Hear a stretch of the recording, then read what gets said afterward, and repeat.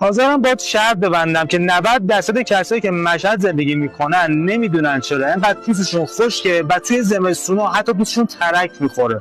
توی خدمت بچه‌ای که از مشهد میومدن بعضی اوقات توی زمستون انقدر پوستشون خشک میشد که ترک‌های عمیقی میخورد و به خونریزی میافتاد و مداوما همشون یه وازلین دستشون بود.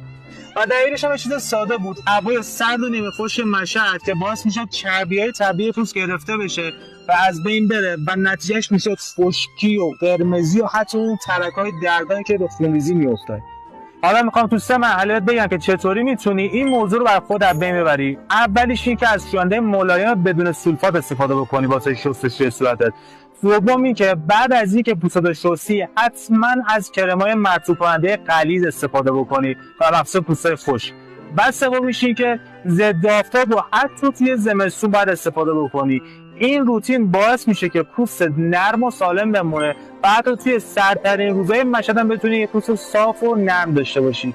پس اگر مشهدی هستی یا هوس میکنی که این روزا بری مشهد، حتما این ویدیو رو سیوش کن که روتینش به کارت میاد، پوستت سالم بمونه. اگر هم رفیق مشهدی داری که این موضوع رو داره و درگیرشه، میتونی براش بفرستی که پوستش رو نجات بدی. قراره توی پست بعدی هم کلی از این نکات روتی پوستی برای شهر مختلف رو بهتون میگم. پس پیج رو فالو بکنید که میدونم به کارتون میاد.